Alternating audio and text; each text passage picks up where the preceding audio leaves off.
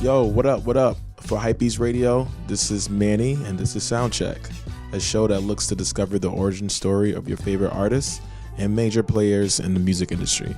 We ask the questions that you always wanted to get answered, and you never know who may pop by.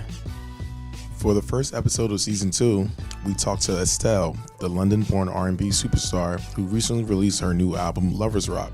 She sits down to discuss the inspiration behind her new project, the R&B scene now, and so much more. Welcome to Soundcheck.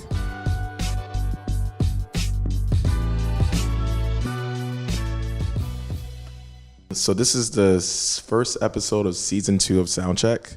I am extremely happy because one of my favorite artists of all time is here. I'm going to let her introduce herself. Hi, I'm Estelle. Hi. All time? Wow. So one of my favorites, I remember, I don't know, it was like, I think you were like my first visual, I guess, taste of just like artists in London. Wow. Because I had listened to, just because growing up in an African household, living in like a very Caribbean African environment. Yep. I grew up listening to like a lot. I grew up first listening to either soul, African music, or reggae, dancehall, soca. And so when you came over, I was like, yo, this is so cool. It's like a fusion. Yeah. And so my favorites, I guess my second favorite song of you, but I think which one that I kind of loved the most was Come Over. Yeah. That song was amazing. Thank you, man. I guess talk about making that with Sean Paul and then crossing over. That was oh God, everything's so long ago. That feels like almost 12 years ago. Shit. That was it was one of the quick ones. I was in between sessions. John was on the road and I was trying to wrap up the album, so I would grab him wherever I could and be like, yo, I have a session over here, come finish this damn record. And so we're in LA record plant, and I had the beat from Super Dupes, and it didn't really seem like there was too much on the beat tape. I want to say beat CD, a folder, and he'd sent it over, and I was like, there's this one, but I love this beat. And both of us kind of clicked on that beat, wrote it, sang it, and the rest is history. And then he just jumped back on the bus and went on to the next city. I think it was like San Diego or something. And that's how quick it came about. Sean Paul, like Kanye on American Boy, was months later. We were like, yeah, you want to do this? He was like, bet. When? As soon as I can. Nice. Everyone was busy and everyone was moving around. So the songs were like, I feel like hits whether they were on it or not. Yeah. You know what I mean? They were like great records whether the featured artists were on them or not. So that kind of was that's always our intention, make a record that can stand on its own, as you should try to do as an artist. So Sean Paul was massive around that time too. So, and then I just remember there was like a different energy when I heard that song. That song is criminally underrated. Like, no, it's not, trust me. People know it, people love it. It's like it's the to the West Indies and Africa, that's my calling card, more than American Boy even. I can see that. I think that's why it was played more around me, because it was just like, that was just, I don't know, it was like very basement, sexy. Lovers Rock. Yeah, it was real good. Exactly that. But definitely American Boy. I think that was the song that crossed you over. Everybody. So I read, I think it was, what was it, NPR, that you met John Legend and Kanye in the Chicken Spot. That's Roscoe's in LA, like the one on Gower. Definitely. I was out there with my whole trying to do an album and working on my very first album that came out in the UK and Europe first. And at the time when they used to do imports, Tower Records was around and shit. And it was like, I was out there just working on my own shit. Like, yo, whatever happens, I'm going to make this go, And so I was out there listening to John on Kanye's first mix CDs. And he had a song called Used to Love You. It was a demo. Yeah. I was like, nah, this guy's voice is crazy. This guy's voice is nuts. I love this guy. Yeah. And I would listen to that song on repeat, and I was with my friend. I was like, "No, I feel like something special is gonna happen with this guy. I feel like I know I'm gonna work with him." And it just so happened I went to eat at Roscoe's. I was out there recording in LA. I would spend my own money. I was very independent. I still am. My perspective on stuff. I would spend my own money and go record with who I had to work with and do my stuff. And we went to Roscoe's before we went to studio. And I remember walking down the half a block thinking I had on my Gucci and I was living my life because I was out there young and getting it. And I was walking down the street like, is this the whole show? They looking at me walking in my Gucci sandals. Should I be walking in Gucci sandals on Gower? What the hell? Like, it was a whole rotation in my soul. And then I'll go over there and like Kanye, and I was just like 30 seconds before I had my headphones in listening to holla, holla, holla. Like, and then Ye sitting, and then I was like, oh, shit, it's Kanye. So I ordered my food and I walk outside. I was like, please God, if you're there, I need him to walk outside. I need to say something. He literally walks outside 30 seconds later. I was like, thank you, Jesus. And I was like, yo, hey, I'm a big fan of you. I want to meet John Legend. And he was like, you know about him? I was like, yeah. And I started running off his songs and the features and all the background. And he was like, you come to the studio later. Wow. And then the rest is history. Yeah. You know, I think they were kind of taken by the way I was very clear about what I wanted and what I wanted to do and how I wanted to do it versus anything else. Yeah. Did you know how big that song would be? Was there like another song you was like, this would probably get me over? Or was this like, all right? No, I never think of things like that. I kind of was like, people like it. I see the reaction. This is going to be something. I didn't know how big. I didn't know what was going to happen. I didn't know all the fumes and everything that would come with it. But I definitely, I knew it was going to be something. What was life when you were making, was it 14th was their first album? The 18th. The 18th, excuse me. Yeah, sorry. The 18th, and life and when you were doing Shine. It was a very come to Jesus time for me. I had, between making the 18th day, you know, it's your first child, you put your everything into it to become this overnight scenario. And I just knew there was something more. We had top 10 records and we did our thing with the 18th day, 1980 and Free and Go Gone were all top 20, top 10 records. So I was big at home. After all that work, I was pretty much good. And I was like, nah, there's something more, you know? And I just was like, this next record, okay, how do we up it? And that's when I started even connecting with John, because by the time I'd met him, well, I met John before my very first album, The 18th Day. And he featured on a song called Hey Girl on that album. The album did really well. And meanwhile, while we're out promoting this record, John's out winning Grammys and like touring the UK and selling trillions of records, right? And he took me on the road with him. And my label didn't know how the hell we managed that. The label I was with were like, they damn near ignored it because they were kind of embarrassed that they didn't organize it. Now I look at it. And so when I came to making Shine, which the record that would eventually become Shine, I didn't even have a title for it. I just said, yo, I want to do this album with John. Like, his sensibilities, we're on the same page. He gets it. He's my friend at the time, you know, like really good friends. And that musically, it was just like, oh, 1 and 1 makes 5. 1 and 1 makes 7. We just, you know, and it sounds odd, but like, you know, when you find that person that kind of slots in between the things that you're missing musically. So I say that in that sense. And it made sense. And the label response was, you want who to produce it? Like, who's that? I was like, what? You guys, what? You guys don't know who this person is? Like, stop acting. Like, you're out here freestyling because you just want your guys, these trash ass producers who didn't want to work with me before these top 20 hits. Now they see some value that we had to go create. Now you want these people because they're your mates. Like, you promised us some shit. Fuck that. Nah. Let me go, please. You know? And I was verbatim the conversation, let me go. And they were like, really? I was like, let me go. We did this. Nice. I'm good. We'll do it again. You know?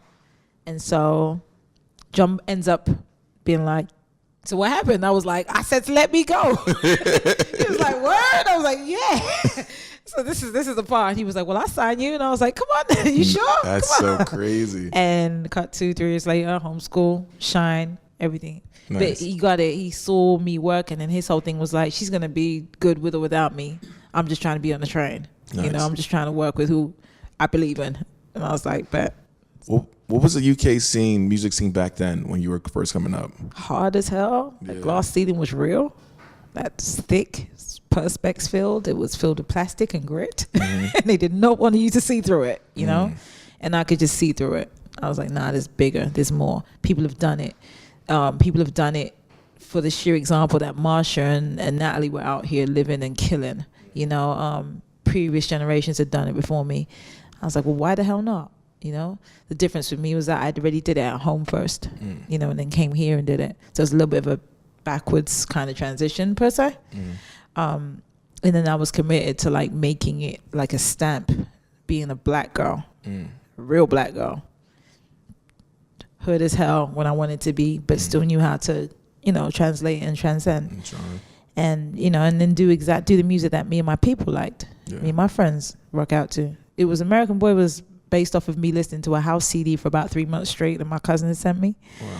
House and Garage was huge back in like 2002, 90s. Yeah. And like House and Garage is kind of like, what you want to say, 90s Chicago house. That. And we loved it. We was in it, you know, like Super D was the mixtape I remember. And I was like, yo, I've been listening to this for like the past 3 months. I want to do a record like this. And they were like, what? So will.i.am, who's been to the UK, understands it, pulls out American Boy. I was like, I don't know if that's the hit. I was like, I don't care. I like that beat. He was like, bet, come on, let's do it.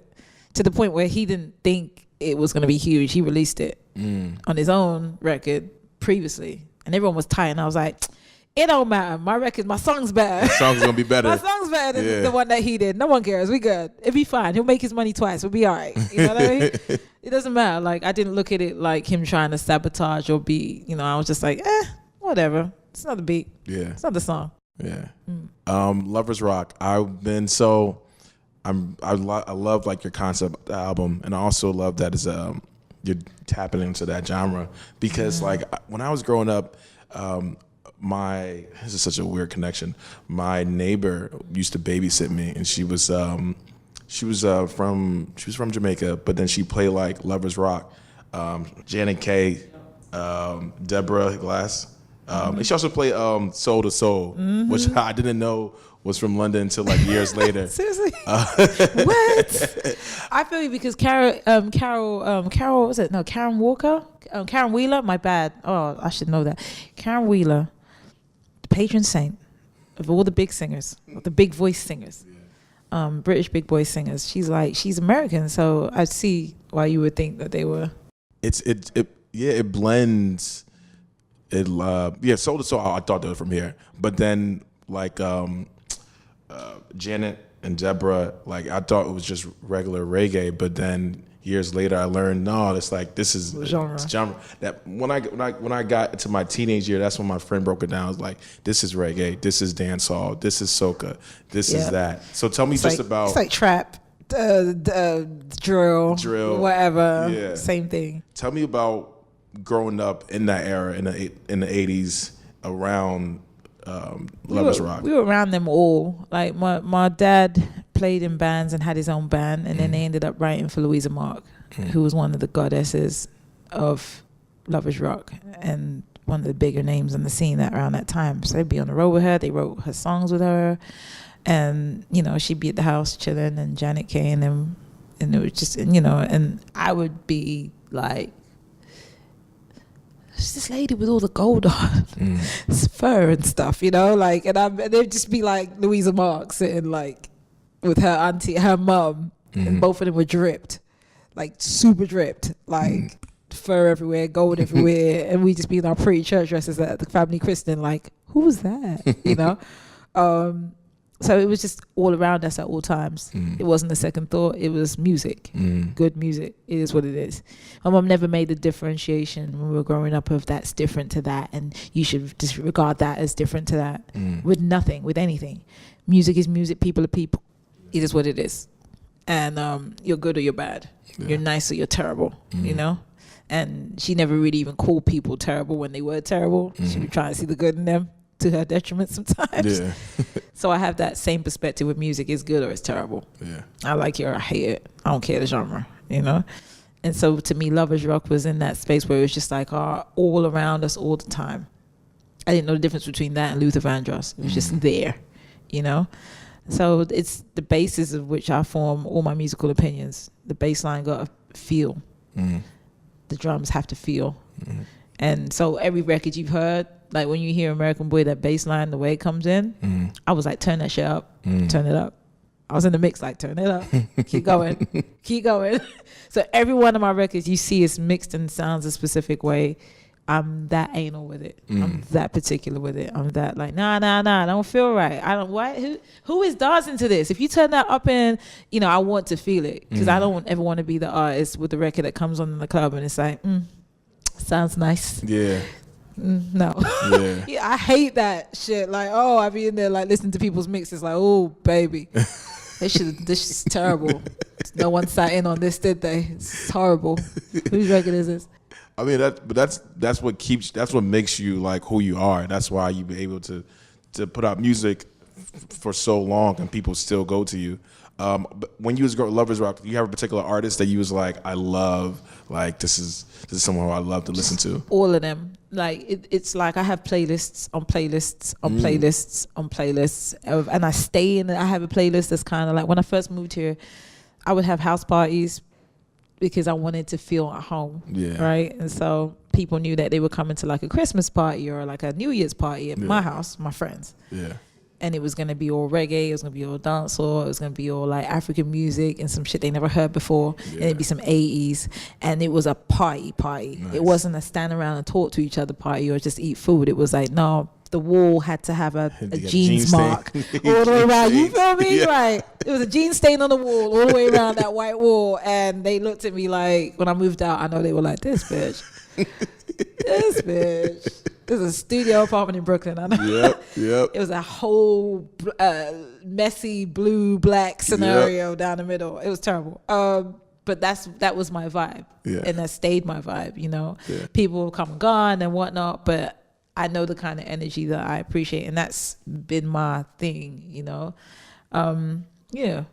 What distinguishes Lovers Rock from like other genres? Like what makes it different?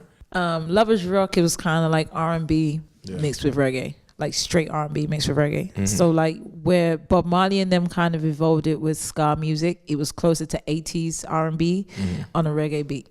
That's what I feel like the distinction of Lovers Rock is. And then you got women singing these notes over like straight beats, and then like maybe the bridge might turn around and be really lovey-dovey and a bit more musical, you know? But then you're listening to a dub record underneath, and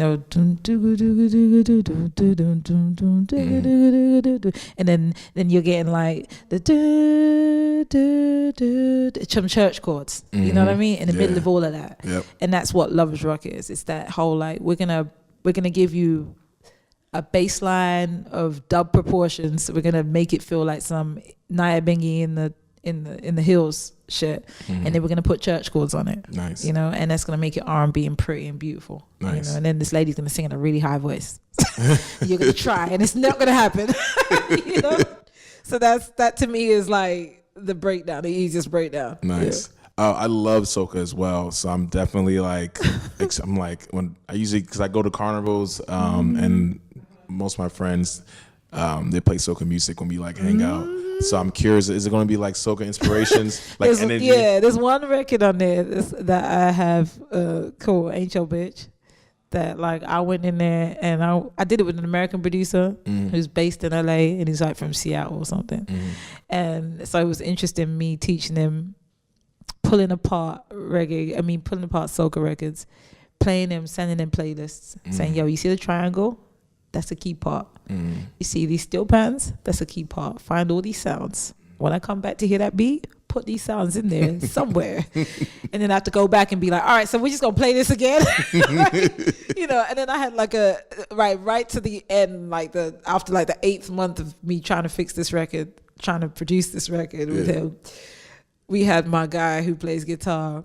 I had him come in and listen to some Pepe Calle. Like, right, you see the arrangement on this record and you see how he went with the intro and it was like something real outstanding. Come up with something like really outstanding, but quick. Like that. Yeah. And I made him play that as like a reference to the idea to catch the speed, right? So you see how every single one of these African records have that ill guitar. It's not Spanish. Not sure what it is. But it's just our version of like just being slick and clean, It's our trademark, and I made him do that, and he learned it, and then he went to play it, and I was like, "You being too Spanish now," and I was like making him play it in a circle, and we cut the best bits and used it. So I feel like I made a Soca Makosa record. And he looks at me every day like, what the hell? How did we do Don't that? worry, it sounds good. You'll understand it. Learn it from when we do it live. You good? Yeah. So, but that to me was important because my dad's from Grenada, and my family, like on the island, my granddad and his brothers used to be one of the best steel pan players. Like they have local notoriety. And they do their thing. So this is kind of par for the course for me, being an artist and doing what I do. But to me, it was like important to make sure that record was real. You know what I mean? And the topic, Ain't Your Bitch, was kind of my, what would I say? This is all based on my parents and their love story. And I just thought, in this instance, what would I say if I was my mum in this scenario to all the people who talk shit to her, about her family, whoever? You know what I'm saying? Like, because she was so nice and so humble, so cool to people. I'm not that way. When it come down to it, I'm ready for the wars. So to a point, I had to like reel it in a little bit, but also like, this is my chance to say some shit in a slightly, in a slick way, but in a way that would have people dancing at the same time, yeah. The concept of for the album, I really like it. I can't wait to listen to it because I'm reading about it and the story of your parents, how they were together, then they broke up, and then 10 years later got back together, and then 20 years. 20 years. Yeah. So it's just like, I don't know, it's just like a prevalence of love. The idea. What does love, I guess, when you look at love, what does love mean to you? It's freedom now. Now it's freedom. Realizing after like listening to their story and looking at their story and then realizing that I definitely am not my mum, and I'm everything she wanted me to be, which is not her in this scenario. She wanted me to take the good parts of her, but not the negative parts. And I was working for too long on the negative parts, doing extremely well working off the negative, So it was kind of our personal, me and her epiphany. Well, what if you continue the rest of your life working off the good parts? And what if you continue the rest of your life imagining some shit from things that you don't know yet because you're a whole different human to me? Yeah. I would say she kept telling me, like, go live your life. And I kept being like, what do you mean? I am. I'm a big star. I live somewhere else. She was like, if you don't go live the person that you're supposed to be and stop doing me, essentially. And it twigged during the making of this album. It twigged. I was like, oh shit, I really was acting like I had 6 kids by the time I was 30, and the hell, I don't have none. Like, these albums are my children. What the fuck? Yeah. So it's definitely a epiphany point making this album. I love to honor what they have and what they brought me here. Yeah. But also, I want to live my life, and it's freedom and it's new. Did you play for them? What was their reaction? Yeah, they love it. My Nice. dad's favorite record is So Easy. My mom's just like, I love the whole thing. It's so cool. My parents are the best. Like, they're hams. They are perfect for each other. They are hype. They're like my biggest fans. And I didn't realize it when I put out the Shine album. And this is the part where I was like, I punched myself in the face to have that day, this particular day back. So we had a party in the UK, and we had a party. Like I tell you, when I have parties, we have parties. So all my squad were there, my whole family were there. Nice. Everybody that had helped and pushed and held me up in the UK was in that party. Nice. And so it was a bashment, right? My favorite DJs were playing all my joints. We didn't care about no pop, nothing. Execs were in there like, oh, this is something. I was like, yeah, we in here. Turn up, rum this, red stripe that. We was in there, right? In a bougie club in the West End. Nice. And my whole family, I had them at one table. And my mom and my dad kind of found their way to the table that I was at, dancing on top of the table like, hey, we here. And I was just like, no, go back over there. And now I think about it, I'm just like, I should have pulled them on the table. We should have been turned. Like, I was 27. They could have been with it. They was like, but at the time you're thinking, and now knowing them now, my mom's favorite artist is 2 Chainz. My dad likes Lil Wayne. Oh, wow. It's that real. Like, and I just think to myself, I'm so happy, A, that they're together, B, that they're as fun as they are. Yeah. And they cool as shit. Like, they just, like, I'm just so, like, happy that I get it now, however late, 10 years after the fact, whatever. Yeah. I'm just happy that I get to have them now and in this space, and they just the coolest fucking parents alive. You know what I mean? Yeah. One thing in music in general is that the popularity of Afrobeat and also like I would say dance hall and reggae to extent. It's right now. It's just like it's now everyone's taking the sound. Artists now becoming not just regional stars but international superstars. It's so fun. And I don't know. I feel like that's the essence of the music. It's just happiness, love, and fun. I try to tell people this is culture. That's in the words of my Jamaican friends. I feel we ting. It's ours, you know. I'm just happy that the kids get to wake up every morning and scroll down, and it's there. Yeah. It's not hidden. It's not a christening. It's not a regional thing. It's not a borough thing. It's pop. Yeah. Per se, it's popular. You know. You got these kids out here on Chop Daily and all these little joints out here like giving me shaku and I'm just like, if y'all don't get the rhythm, what's happening here? But like they kill it, like, and it makes me so happy to see that everybody's embracing it as like, this is life. Yeah. Because it's been our lives for how many years? I never felt the need to go to school and only like Duran or only like whoever's pop or only like Spice Girls. I could like Spice Girls and Dennis Brown. I could like Wham and Lady Saw. I could like Baby Sham and who, you know what I'm saying? Like I could like all of that. Now everyone can like all of that. You know what I mean? And it kind of qualifies me. I don't have to explain as much to people when they're like, you like all different genres and you make all different genres. How is that? Shit. Yeah. Because you listen to all different genres. Exactly. That's how. Yeah. You know? It's fun because it's just exciting like to go to a party and it's an Afrobeat party. Because I feel like it's just like, wait, how do you know the song? Like when people, look, I saw David O perform If I Tell You at the Tidal at the Made in America this weekend and last week, the other week, and I had a whole... Oh, right? Look at this boy. Hey, you're taking it far. You're taking it far. Hey, look at you. I had a whole conniption in front of my computer like, look at this. It's just a level of pride and just, we're here. It's shocking. And it's beyond what's been done. Yeah. It's now, thank God for the internet. Yeah. Thank God for opening cultures. Thank God for the new generation. Yes. Like I never shit on the new ones, and I'm not even gonna call them millennials. I'm a millennial in the age range, whatever. But whatever the next generation is called, shout out to you guys because like I'm not even saying this on some pandering shit. I mean it on some like, yo, like we couldn't do it. Yeah. Y'all did it. You guys were like, nah. I can like One Direction and David O. Yeah. Or I can like Harry Styles and Mr. Easy. Yeah. And it's fine. Cece's so good. Oh, let go over.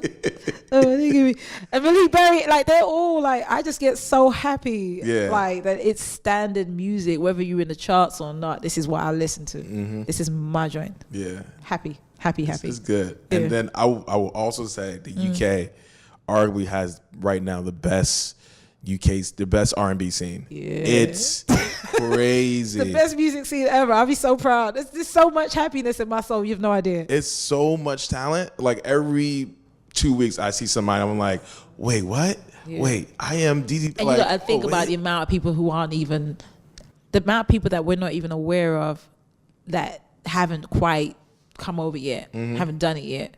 And they're just, building up their whatever's, their numbers and whatnot. It's beautiful. It's like a great thing. I get so inspired. Like I get so like, what's the word? I feel propelled. I feel like, okay, do this. Go in and give it your all. Yeah. Like, cause it's easier when you've been in the industry for a while to just be like, oh, what do they want from me? Let me just do the bug standard. And then you end up sounding 10 years old. It's easy for me now to like stay on my instinct, and pay more attention and actually I say act on my instinct because the core of me is what I feel. And that core is home, and it's the UK, and it's Africa, and it's the West Indies. So, and I stay listening to all that music, regardless of what I'm supposed to be listening to, based on what people think I am. You know what I mean? So I stay. Whenever I hear someone put something out, it's kind of like, well, I just did that, and I feel good. I'm on the right path. Yeah. And I take my tempos from there.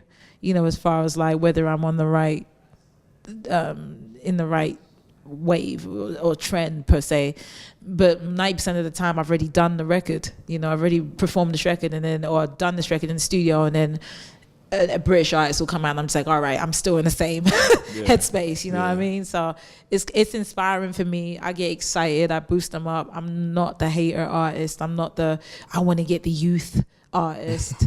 Like, I appreciate it. Do your shit. I'm definitely not going to do that. Yeah. But I'm going to do me in the same, in the same way. It's all the same. Yeah, because you're definitely like one of the people that helped open up the scene there. And then now it's just like every couple of weeks. And it's so much soul, like a lot of soul. We respect it. A lot of good songwriting. We respect it. Yeah. That's the core Black Arts bottom line. We respect we respect the old school. So like I said in another interview, when you see a British artist come here, they really can sing, or they really could write.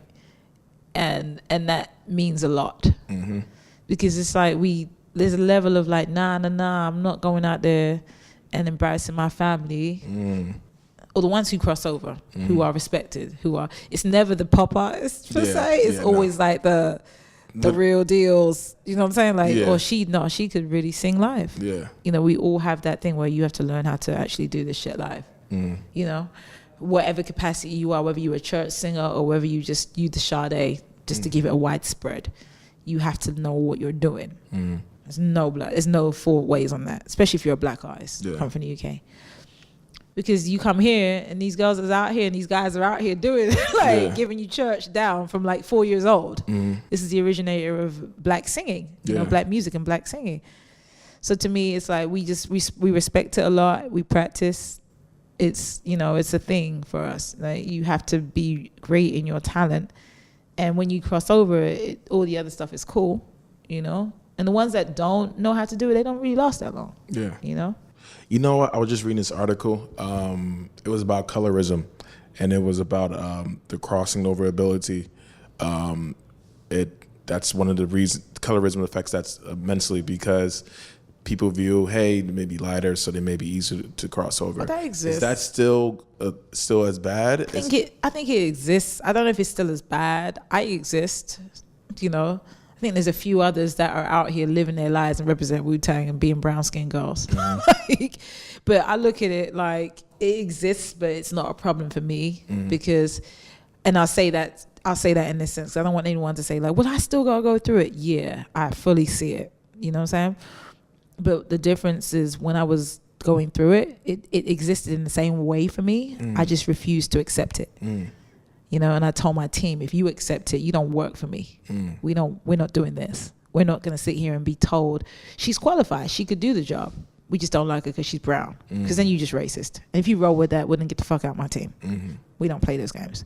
And I'm very clear in no uncertain terms. No. We all have the same ups here. Yeah. You will address me as I present myself and no other way. You know what I mean?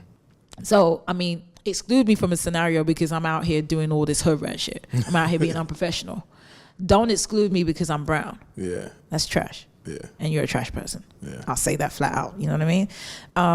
So my whole thing has been like, I won't deny it exists, but I will refuse to accept it. Like, and if you're telling me I can't, I'm going to find 4 ways around that and turn up at the other side. Like, hey, see, I did it. Hi, I'm here. Yeah. Waving at you. You still thinking I'm at the freaking door. Meanwhile, I can't around and went somewhere the fuck else, and I'm in the building. Yeah. You know what I mean? Yeah. And that's been my approach to it. So I refuse to like feed the whole colorism argument as if it's been a barrier for me, because it hasn't. That's my personals on it. Like, someone said to me a while ago, it's only a block if you acknowledge it. If it doesn't exist to you, then it's not there. I was just like, and that was with a few other things. I was like, how can I translate that into my whole life? Because it's not just colorism for me. It's so many things. Yeah. As a woman, I've been told. And yet here I am. As a grown up, as an adult who doesn't look like she's 38, I've been told, you look too young, and this isn't just music, this is acting, this is TV, this is walking into rooms with executives, I wrote whole hits and I was told it was written by a whole other man, so stop lying. Jesus and then Christ. I get the man on the phone and he's like, she wrote that. And then they still tell you you're lying. you know, like, and this is to my face. This is crazy. I'm like, this, what the fuck planets are we living on? Like, this is like, these are things that have happened. And so to me, it's like, I can't dwell on those things because here I am. Yeah. I found a way around it. I dipped the situation. I said, bet you don't believe in me? Cool, I'm gonna go where they do. You know, and you have to take that approach. You can't sit there and let one person's version of what life's supposed to be like tell you or keep you in that space. I refuse. I wouldn't be here if I did. Yeah. So yeah.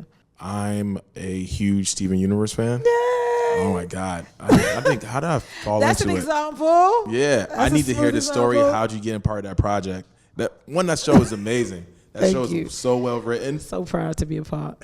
I have nothing to do with writing that show. I just turn up in my PJs and say the words in 3 different takes and try and make as many sounds as I can. It's great. No, it really is a blessing. That's an example. I pestered my team one day. I got it in my spirit one day that I should do a cartoon. Yeah. I was like, if everyone tells me my voice is good for voiceovers, I should do more voiceover work. Like, you know, they were like, yeah, MC Light does a lot of voiceover work. You should. I was like, yeah. And I was like, they keep telling me no on voiceovers. How can I do this? I want to do a cartoon. And I pestered my team. They didn't understand what they were like. Can we just focus on this album, get this tour? I said, get me a cartoon. I have it. I know it. I'm supposed to be in a cartoon. Part of it was me being like, look, my nieces and nephews are being born. And I really want a cartoon so they recognize Auntie's voice, because I'm not trying to be not part of the family, fam. Like, real life. That was literally my one part of my reasoning. Like, nah, I need them to hear me. It's some bullshit. Like, I'm not there every day. I feel left out. My family's huge. And so literally that was part of it. And so they called one day, said, this is cartoon. It may or may not go somewhere. You want to try out? It's like, absolutely. What is it? I said yes before I even knew. And then I got to read and I was like, oh, that's not hard. I can read. I can definitely play like a den mother to have experience with that. I know what that sounds like. I know what that feels like. So I can emote that. Yeah. A lot of voice work is emoting. Yeah. Just how would you feel in this scenario? Get it in your space and then say it. Right. And so by the time we did it and it took off and it's been taken off and it's become cult status, I'm just happy to play this role, this particular role of Garnet. To me, I said to Rebecca, and I say this because she's the baddest. Rebecca's the dopest. Yeah. Like, she's an empath. She's pretty freaking brilliant. She's damn near psychic for all of us, you know. And she doesn't, the things that they write, you couldn't. It's so potent, and that you couldn't tell that. For instance, one of the songs, Mindful Education, Take a Moment. I was literally going through stuff when it was like, yo, everything is just so on top right now. I don't know what to do with myself. And then I get in the session the next day and I have to sing that song.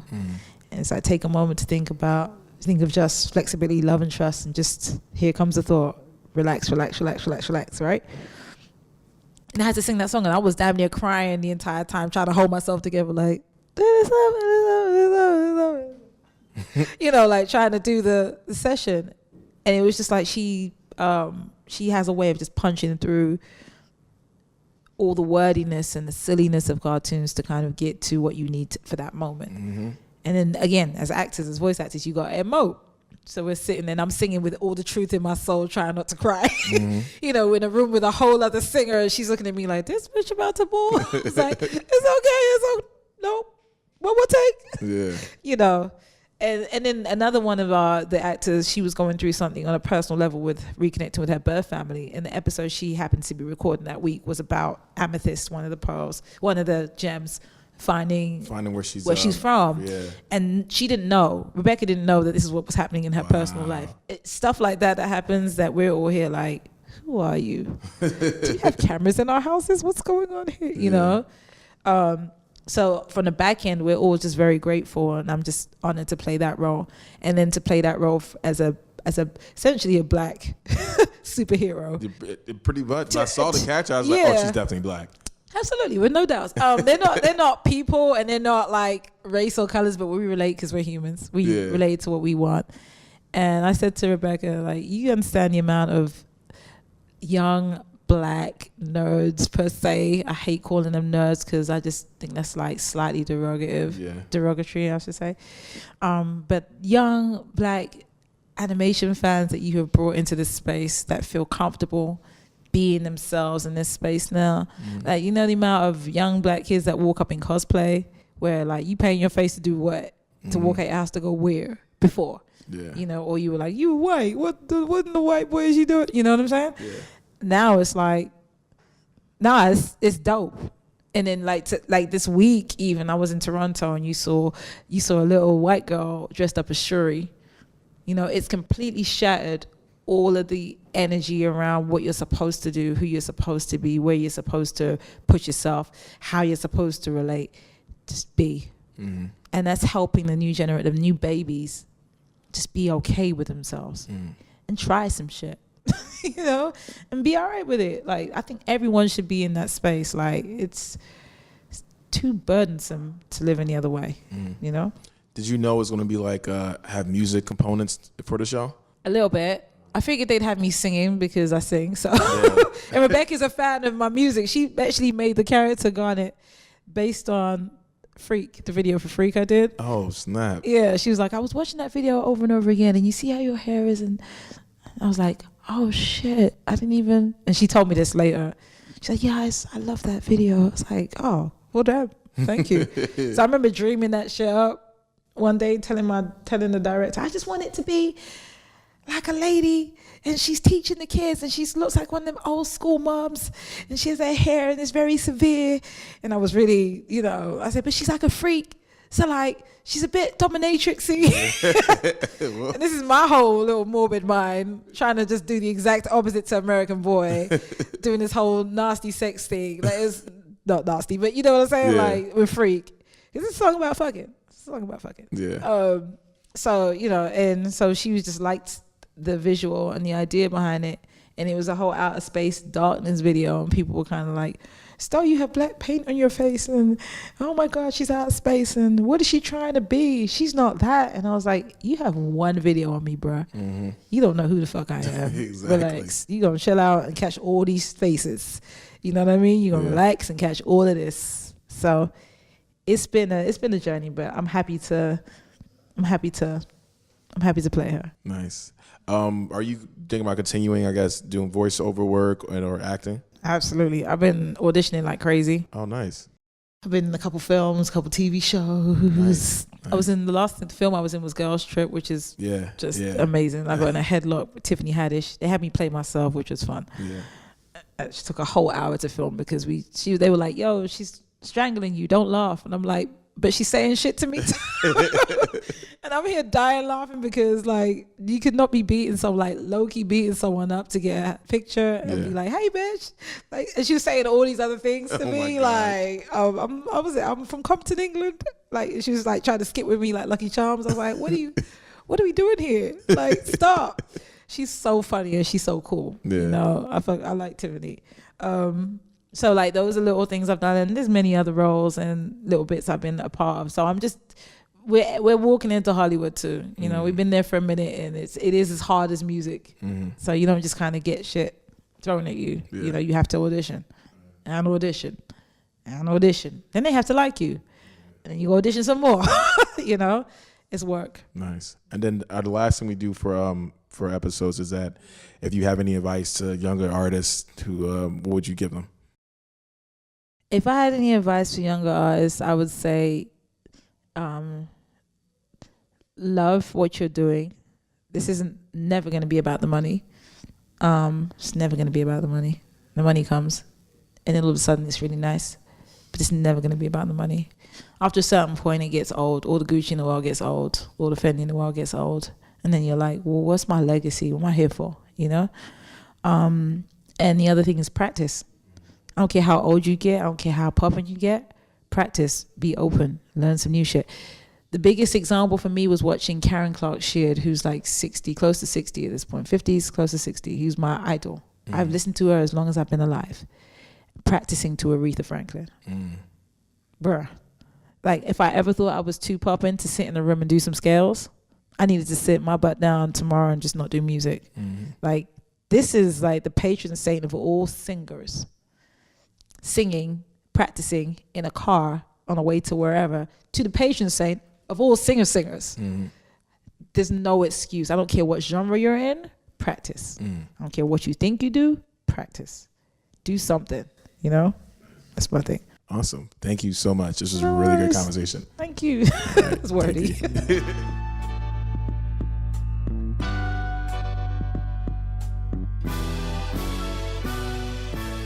And that's today's episode of Soundcheck. And definitely check out Estelle's fantastic album, Lovers Rock, which is out now.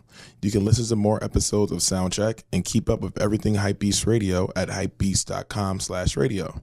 Subscribe to Soundcheck on Apple Podcasts, SoundCloud, Overcast, or wherever you listen to podcasts on. Feel free to reach out to me on Twitter at ECM_LP and follow HYPEBEAST Music for more original content and music news. Let us know who you like to have on the show, and thank you for listening to Soundcheck.